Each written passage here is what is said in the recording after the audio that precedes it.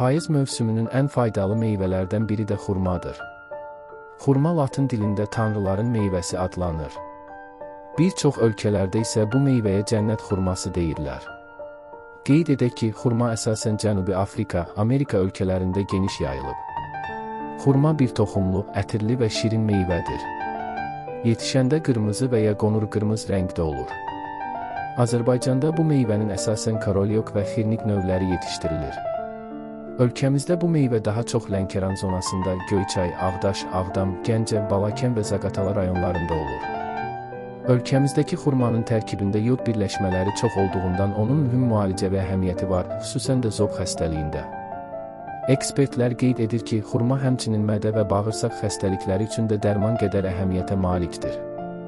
Meyvənin tərkibindəki pektin maddəsi həzmi yaxşılaşdırır, mədəni gücləndirir, qastritin qarşısını ala bilir. Bağırsaq iltihabının sağalmasına çox mühüm təsir göstərir. Ürək-damar sistemi xəstəliklərinin müalicəsində istifadə edilir. Orqanizmi xərçəng xəstəliyindən qoruyur. Beyni gücləndirir.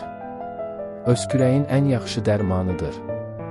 Yəni, meyvə olaraq ən yaxşı sinə dərmanı hesab olunur. Xurma bəlğəmə, nəfəs borusuna təsir göstərir.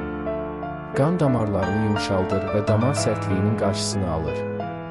Eyni zamanda qanı təmizləyir, təzyiqi tənzimləyir.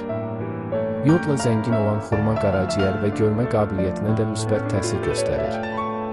Xurma sidik qovucu təsirə də malikdir. Əsəb sisteminə müsbət təsir göstərir və işgüzarlığı artırır. Həkimlər varikozdan əziyyət çəkən xəstələrə xurma yeməyi tövsiyə edirlər. Tez doyuzdurduğu və aclıq hissini uzun müddətliyinə yox etdiyi üçün pəhriz saxlayanlar üçün də uyğun qidadır. 2-3 ədəd xurma yeyərək doya bilərsiniz, kalorisi az olduğu üçün kökəlməyə səbəb olmayacaq. Xurma həm də anemiya, həmçinin qalxana bənzər vəzlərin fəaliyyətində olan problemlərdə soyuq dəymənin profilaktikası üçün yaxşı vasitədir. Meyvənin digər möcüzəvi əhəmiyyəti barədə təbii üsullarla müalicə haqqında həkim ətraflı danışıb. Xurma daha çox yod mənbəyidir. Yəni, yod çatışmamazlığı olan zob xəstəliyində xurma çox əhəmiyyətlidir. Beləliklə, xurmadan istifadə etməklə xeyli miqdarda yod qəbul etmək olur. Həmçinin bu meyvənin içərisində vitamin C, qan artırıcı elementlər var. Meyvənin ödqovucu təsirləri var, həzm sistemini yaxşılaşdırır, immuniteti gücləndirir, qaraciyər üçün əhəmiyyətlidir və ishala meyli olan adamlara yaxşı təsir edir. Bundan əlavə onu mövsüm vaxtı qəbul etmək daha əhəmiyyətlidir, xüsusilə də qabıqlı şəkildə. Qış mövsümündə isə adətən onun qurudulmuş formasından istifadə edilir. Bildiyiniz kimi, Azərbaycanda xurmanın daha çox iki forması yayılıb, xirnik və karolyok. Yadda saxlamaq lazımdır ki, yod daha çox karolyokdadır.